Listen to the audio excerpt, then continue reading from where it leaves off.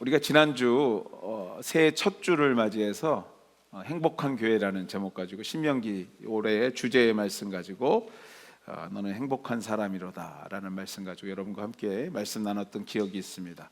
그리고 또 오늘 여러분들 순모임에서 행복한 교회라는 제목 가지고 순모임 나누셨을 것입니다.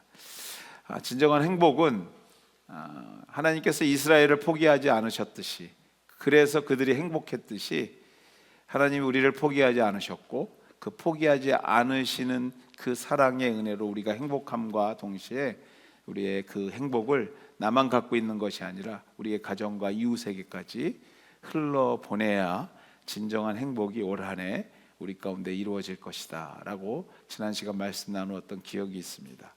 그리고 그 직전에 우리가 계속 출애굽기 얘기 나누고 있는데, 우리 출애굽 말씀, 그러니까 오늘 순모임 말고 그 직전의 순모임에서 여러분들 나누셨을 것입니다.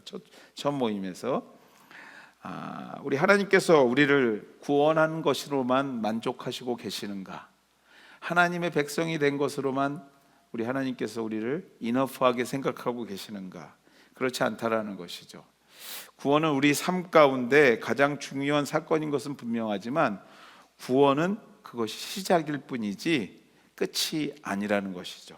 그래서 하나님께서 우리를 소명 없이 불러서 구원받은 백성은 하나도 없음을 우리가 확신하면서 출애굽기 11번째 시간, 그 이상의 것을 좀 생각해 보자. 그것이 바로 소명이다. 우리에게 맡겨진 소명이 무엇인가를 좀 생각해 보자는 말씀으로 우리 전전주에 말씀 나누었던 기억이 있습니다. 또 우리 순모임도 나눴죠. 이번 주 다시 출애굽으로 돌아와서, 그래서 제가 출애굽기 얘기를 좀 드리는 겁니다. 출애굽기로 돌아와서 오늘은 다 이유가 있습니다 라는 제목으로 출애굽기 12번째 시간 여러분과 함께 이야기를 나누기를 소망합니다. 제가 한 2달 전에 워터루로 이사 왔습니다. 저게 되게 이렇게 새로운 사람입니다. 저도 워터루로 이사 오는데, 이사를 준비하면서 가장 먼저 했던 게 뭐냐면 다 버리는 거였어요. 그거 버려, 생각하지 마, 버려, 무조건 버려야지 좀 가볍게 갈 수 있을 것 같아서 마구 버렸습니다. 마구 버리면서도 버리면 순간에 제 마음에 참 큰 교훈을 줬던 한 가구가 있었습니다. 그게 뭐냐면 3단 서랍장이었습니다. 3단 서랍장. 그것도 여러분들 잘 아는 아이케아에서 산 3단 서랍장. 왜 제 마음에 이렇게 교훈을 줬냐면요, 이 남자분들 다 저 같은 경험들 한 번씩은 다 있으셨을 거예요. 서랍장이 그렇게 비싸지 않은 거지만 아이케아에서 사는 이유가 그게 완성품이 아니잖아요. 갖고 와서 제가 조립을 해야 되잖아요. 어셈블리를 해야 되는데, 갖고 와서 하는 중에 제가 또 엄청 또 잘나가지고요, 설명서를 보지 않고 이 정도면 내가 그냥 하지, 그리고 막 이렇게 뚝딱뚝딱 해서 딱 만들었어요. 완성을 딱 하고 났는데 보니까요, 서랍장 1단, 2단, 3단의 제일 마지막 그 끝에 이렇게 마감이 뒤집혀 있는 거예요. 그러니까 다 하얀색인데 거기만 뒷면이 나와 있는 거죠.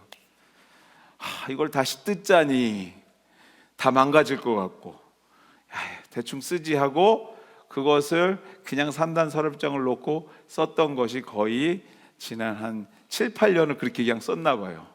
그리고 그걸 갖다 이제 이사 온다니까 망가지기도 하고, 그래서 그걸 버려야 되는데, 버리면서도 제 마음에 그게 눈에 들어오는 거죠. 반대로 돼 있던 그것. 그게 서랍장이 저에게 주는 교훈이 있었습니다. 그게 뭐냐면 설계도 다 이유가 있더라는 것이에요. 설계도를 주는 이유, 그것을 꼭 참고해서 잘 순종하면서 그대로 나가야 되는데, 뭐가 그렇게 잘났는지 내가 할 수 있지 하고 하다가 보니까 그 실수한 게 계속해서 제 마음에 그것이 있더라는 것이죠. 사랑하는 여러분들, 이처럼 하나님께서 우리에게 말씀을 주시는 이유, 말씀을 주시는 것, 그것 또한도 다 이유가 있더라는 것입니다. 다 이유가 있습니다. 오늘 본문을 통해서 오늘 좀 그 이유를 찾는 시간이 되었으면 좋겠어요. 하나님께서 왜 이러한 말씀을 우리에게 주시는 것일까? 왜 이러한 시간들을 나에게 허락해 주시는 것일까? 왜 이런 것을 경험하게 만드는 것일까? 다 이유가 있더라는 것이죠. 그것을 좀 생각해 보면서 오늘 말씀을 하나하나 좀 살펴봤으면 좋겠습니다. 우리가 출애굽기 4장 21절 말씀입니다. 우리 같이 한번 읽도록 하겠습니다. 같이 읽겠습니다. 여호와께서 모세에게 이르시되 내가 애굽으로 돌아가거든 내가 내 손에 준 이적을 바로 앞에서 다 행하라. 그러나 내가 그의 마음을 완악하게 한즉 그가 백성을 보내주지 아니하리니. 우리 1절 말씀 읽었는데 한 절 더 읽도록 하겠습니다. 오늘 본문 말씀 1절 말씀입니다. 같이 읽겠습니다. 여호와께서 모세에게 이르시되 바로에게로 돌아가라. 내가 그의 마음과 그의 신하들의 마음을 완강하게 함은 나의 표징을 그들 중에 보이기 위함이며. 요즘 성경에는요, 그의 신하들의 마음을 완강하게 했다라고 표현하고 있는데, 옛날 성경에는요, 완악하게 했다고 이렇게 표현합니다. 악하게 만들었다. 출애굽 과정에서 자주 보게 되는 두 말씀이에요. 무슨 말씀이냐면 내가 바로의 마음을 완악하게 했다, 완강하게 했다. 이런 말들이 자주 등장합니다. 출애굽 과정에서요. 여러분들 이 말씀의 뜻이 뭘까요? 내가 바로의 마음을 완악하게 했다. 하나님께서 바로와 신하들의 마음을 악하게 만들었다고 하는 뜻일까요? 하나님은 선하신데, 하나님은 선이신데 하나님이 악을 만들었다? 조금 이렇게 캐션 마크가 드는 말씀입니다. 그렇습니다, 여러분들. 이 말씀의 뜻은 이런 뜻입니다. 하나님께서 그들의 마음을 그들에게 맡기셨다라는 뜻이에요. 하나님이 바로의 마음을 바로에게 맡기신 거예요.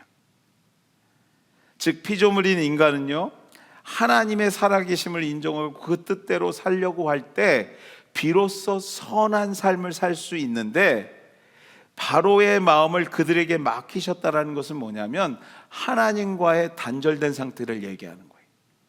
하나님과의 바로의 단절된 상태, 즉 인간의 본성대로 살게 내버려 두신 상태를 얘기하는 것입니다. 그렇습니다, 여러분들. 오늘 본문은요, 인간이 하나님 없이는 결코 선을 이룰 수 없는, 하나님께서 우리의 본성대로 살게 내버려 두시면 인간의 현재는요, 에덴 동산에서 타락한 아담과 하와의 후에 드린 것을 바로로 통해서 깨닫게 하시는 말씀인 것입니다.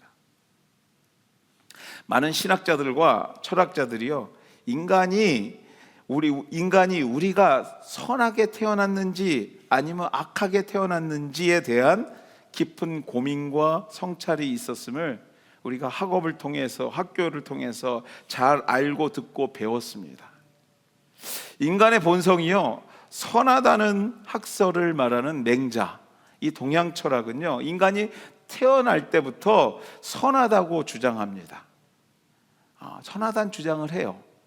근데 반면에 우리가 믿고 오늘도 예배하고 있는 성경은, 우리 하나님은, 이 하나님 형상대로 창조된 인간은 창조 당시에는 선하게 하나님의 성품으로 창조되었지만 인류의 조상인 아담과 하와의 타락으로 인해서 모든 인류는요, 악하게 되었다라고 말합니다. 그것을 신학적으로 원죄라고 얘기하죠. 원죄. 우리는 태어날 때부터 이미 죄를 갖고 태어난 사람들이라는 것이죠. 이 원죄의 영역에 속한 우리들은요, 예수 그리스도의 보혈로 태어날 때부터 가지고 있는 죄된 본성을 해결함 받고 하나님의 백성이 됩니다. 십자가에 죽으신 예수 그리스도를 믿으면 우리가 원죄로 죽을 수밖에 없었던 우리 인생들이지만 하나님 나라의 백성으로 새로운 인생을 살게 된다는 것입니다. 그렇지만 여러분들, 아직도 우리의 몸에 죄의 본성, 죄의 잔재들이 남아 있어서 우리가 아버지 하나님을 찾고 그분의 인도하심과 통치하신 가운데 있지 않으면, 즉 인간의 본성대로 살아가고자 한다면 결코 선한 삶을 살 수 없는 존재들이 우리들이라는 것이에요. 내 뜻대로 살려고 할 때는 결코 선을 만들어갈 수 없는 존재들이 우리라는 것입니다. 이렇게 좀 이해를 도울 얘기를 좀 드렸으면 좋겠어요. 한번 이런 생각을 한번 해보겠습니다. 인간의 마음을요, 운동장에 있는 축구공이라고 한번 여러분들 생각해 보시겠습니다.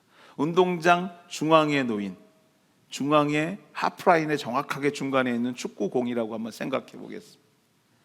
아무도 그 공을 움직이지 않고요, 오직 그 공에게만 모든 권한을 맡겨 두었다고 한번 가정해 보겠어요. 이 공은 누구도 움직일 수 없어요. 공이 움직이는 겁니다. 그리고 오른쪽 골대를 선 골대라고 하고요, 왼쪽 골대를 악의 골대라고 한번 보겠습니다. 그리고 여러분들 한번 가만히 내비두면 이 공이 어느 쪽으로 움직일까요? 그렇습니다, 여러분들. 인간의 마음의 공이란 선천적으로 악의 골대로 움직이게 돼 있다라는 것이에요. 그게 성경이 말하는 이 원죄의 의미인 것이죠. 악의 골대로 움직인다는 것입니다. 그러므로 끊임없이 선의 골대를 향해서, 하나님을 향해서 그 뜻대로 살려고 악한 나의 마음을 내려놓고 또 내려놓고 그분의 뜻을 분별하려고 또 분별하고 애를 쓰고 애를 써야지만 선을, 하나님이 원하시는 삶을 살 수 있게 되는 것이 바로 저와 여러분이라는 것이에요. 하나님께서 그들의 마음을 그들에게 맡기셨다라는 의미가 이런 의미라는 것이에요.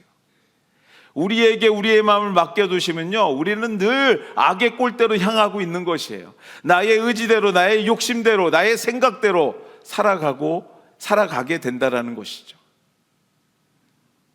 사랑하는 우리 KW 가족 여러분, 하나님의 사람들에게 있어, 성도에게 있어, 우리에게 있어 가장 큰 위기가 언제인 줄 아십니까? 우리의 삶에 있어서, 성도에게 있어서 가장 큰 위기가 언제일까요? 그렇습니다, 여러분들. 내 삶 속에서 하나님이 기억되지 않을 때예요. 내 삶 속에서 내가 주인 되어 결정하고 나아가는 것, 또 그것이 너무도 당연히 여겨질 때가 가장 위험할 때인 것이에요. 내 삶에서 하나님의 임재가 잊혀지는 그 순간이 가장 위험한 순간이라는 것이에요. 내 의지대로, 내 생각대로, 내 계획대로 뭔가를 이끌어가기 시작할 때에 그때가 성도로서 가장 위험한 순간이라는 것입니다. 이것이 본문이 말하는 완악이라는 의미예요. 완악하다라는 때의 의미인 것입니다. 하나님께서 바로를 그의 마음대로 할 수 있도록 내버려 두실 때, 바로는, 즉 인간은, 우리는 계속해서 악한 일, 즉 하나님의 길이 아닌 세상의 길로만 준비하고 진행했던 것을 말씀은 우리에게 오늘 가르치고 증거하고 있는 것입니다. 앞서 말씀드린 성경에서 반복되는 바로의 모습, 특별히 여러분들 우리가 읽지는 않았지만 오늘 이 말씀을 좀 깊이 있게 이 출애굽기를 따라오셨던 분들은 또 이런 고민하시는 분 계실까 봐 제가 미리 말씀드립니다. 지난주에 7장 말씀했는데 갑자기 10장으로 넘어갔네, 뭐 이렇게 얘기하시는 분들 계실 건데, 지금서부터 그 사이의 내용을 좀 여러분들에게 말씀드릴 겁니다. 걱정하지 마시고 내려놓고 같이 들었으면 좋겠습니다. 특별히 10가지 재앙 중에서 그 패턴이 아주 도드라지게 나타납니다. 무슨 말이냐면요, 이 인간의 그 악한 마음이 되게 도드라지게 나타나는 게, 어려움에 처했을 때, 바로가 어려움에 처했을 때는요, 잠깐 하나님을 인정하는 것처럼 보입니다. 그러다가 그것이 조금 해결되고 편안해졌을 때는요, 다시 악해지고 더 악해지는 바로의 모습을 성경은 우리에게 전합니다. 인간의 본성을, 우리의 모습을 성경은, 본문은 이 본문을 통해서 우리에게 말하고 있는 것이죠. 사랑하는 여러분들, 우리는 하나님을 찾아야 할 사람들입니다. 믿습니까, 여러분들? 우리는 끊임없이 하나님을 향해 가려고 애를 써야 됩니다. 그분을 두려워하며 날마다 우리에게 맡겨주신 시간과 물질, 또 자녀들을 겸손한 마음으로, 하나님을 두려워하는 마음으로 섬기며 살아갈 때에 악할 수밖에 없는 우리의 본성을 뛰어넘어서 하나님이 원하시는 삶을 그때서야 비로소 살게 된다라는 것이에요. 내 의지대로만, 내 생각대로만, 내 계획대로만 자꾸 살려고 할 때는요, 우리는 점점 악해질 수밖에 없는 게 우리의 본성이에요. 우리의 삶의 모습이라는 것입니다. 그렇습니다, 여러분들. 다 이유가 있습니다. 바로를 악하게 내버려 두신 이유는요, 오늘을 살아가는 우리가 하나님을 잊고 살 때에 어떻게 될 것인가를 바로로 통해서 우리에게 보여주고 계시는 거예요. 오늘 말씀을 통해서 우리가 봐야 될 것이 바로가 참 마음이 연약하고 변화가 많구나가 아니라 바로의 그 마음이 우리의 마음이 될 수 있다는 것을 여러분들 깨달으셔야 돼요. 우리가 하나님 없이 우리의 마음대로 우리의 생각대로 살아갈 때 바로와 같은 마음으로 살 수 있다는 것을 성경은 오늘 우리에게 전하고 있는 것입니다. 다 이유가 있습니다.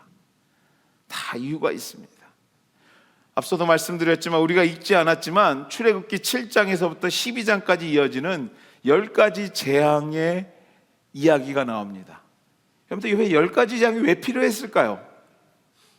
생각 같으면, 제 생각 같으면요, 그냥 10가지도 필요 없이 우리 백성들 안 내놔? 그럼 한 번에 모든 것을 끝내시고 아주 심플하게 출애굽하는 애굽 백성들을, 이스라엘 백성들을 애굽에서 딱 출애굽시키시면 좋았을 것을, 가나안 땅으로 가게 하시면 될 것을 굳이 10번의 기회를 바로와 백성들에게 주신 이유가 무엇일까요?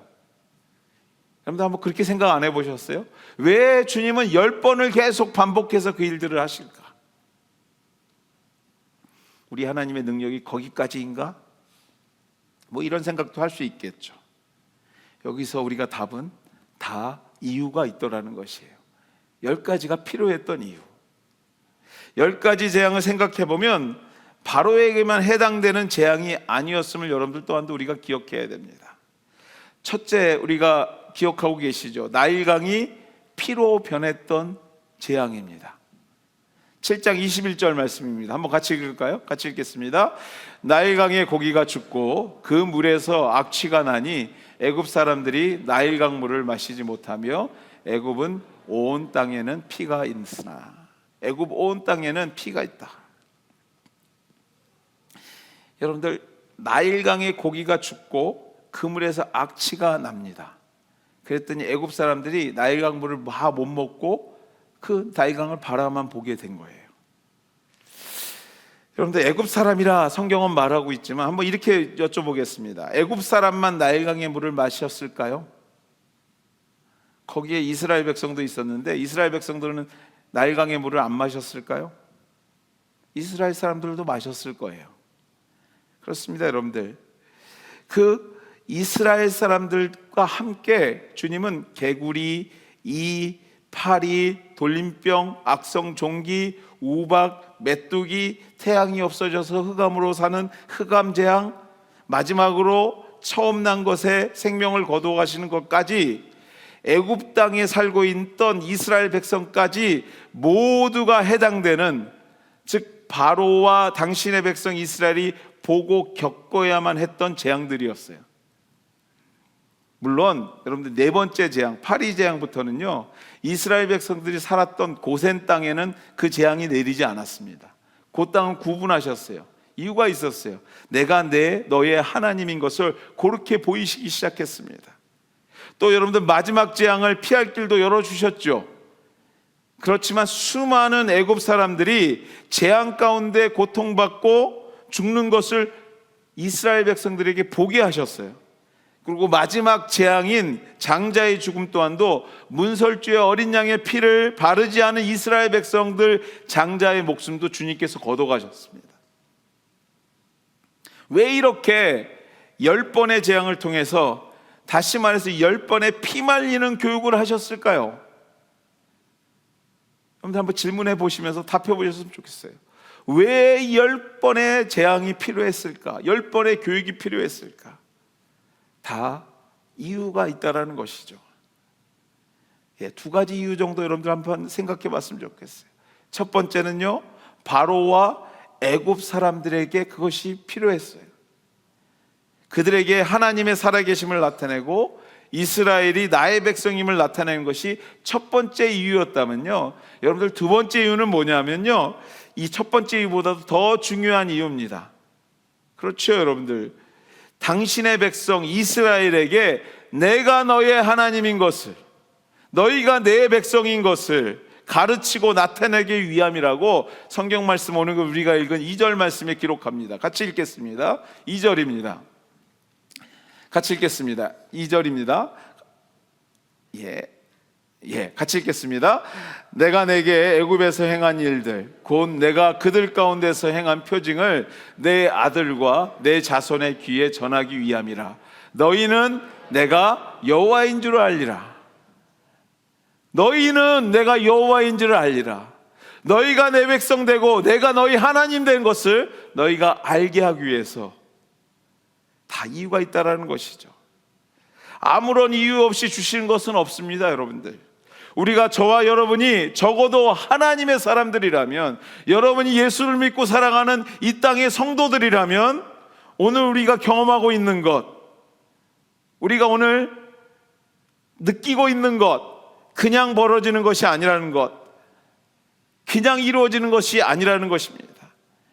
그런 의미에서 이 10가지 재앙을 좀 더 살펴볼 필요가 있어요. 그래서 나일강의 피로 변하는 재앙, 개구리 재앙, 파리, 돌림병, 악성 종기, 우박, 메뚜기, 태양이 사라졌던 암흑의 시간, 장자의 죽음.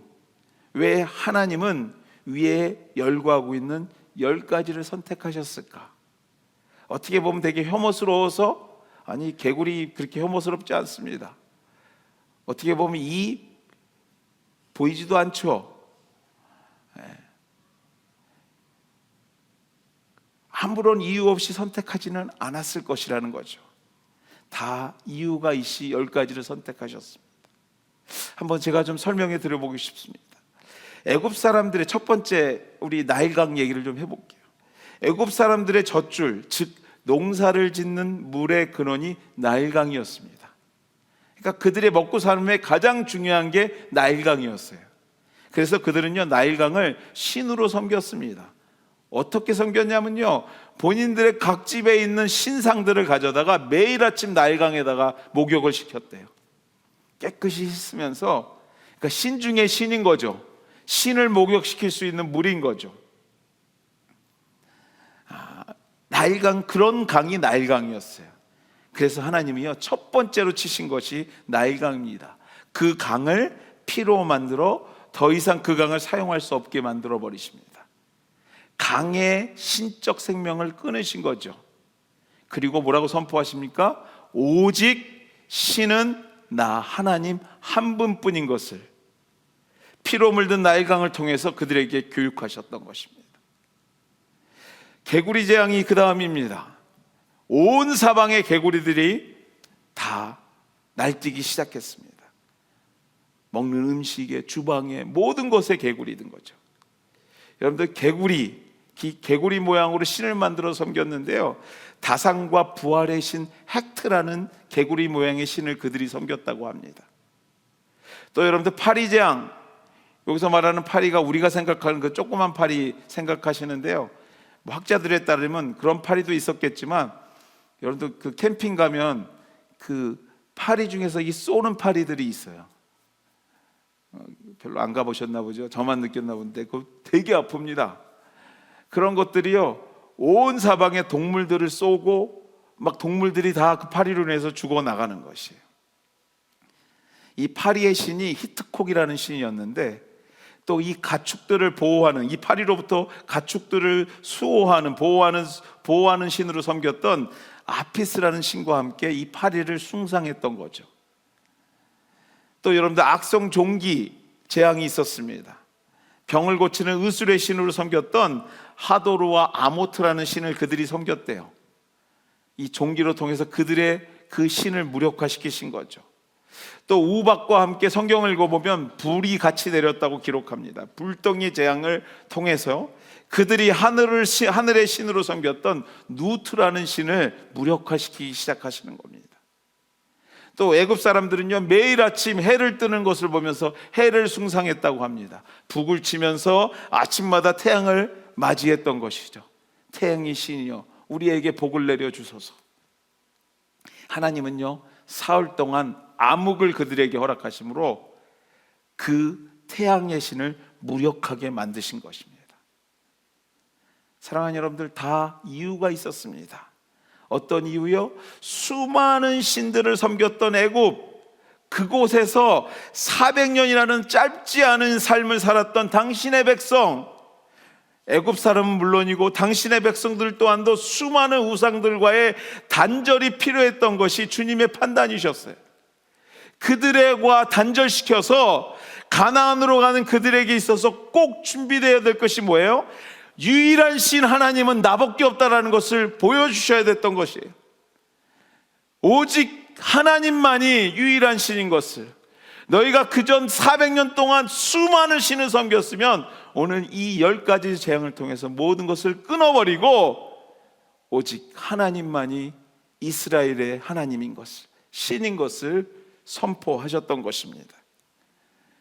결국 하나님은요, 마지막 재앙인 모든 것의 첫 번째, 즉 장자의 생명을 걷어가시고 또 그 가운데서 당신의 백성을 지키심을 통해서 결국 인간에게 있어서 가장 중요한 생명, 그 생명의 주인이 누구요? 하나님인 것을, 하나님인 것을, 너희가 하나님을 의지하지 않고는 살 수 없음을 주님께서 말씀을 통해서 그들에게 교훈하시고 보이셨던 것입니다. 오늘 이 자리에 함께하는 우리 사랑하는 KW 가족 여러분, 단순한 기적이 아닙니다. 단순한 재앙과 심판이 아닙니다. 오늘 우리가 겪고 있는 일들이, 또 세상에 들려오는 수많은 사건들이 결코 단순한 것들이 아닌 것입니다. 다 이유가 있고 하나님의 메시지인 것을 여러분들 기억하셔야 합니다. 여러분들 믿음이 뭔지 아십니까?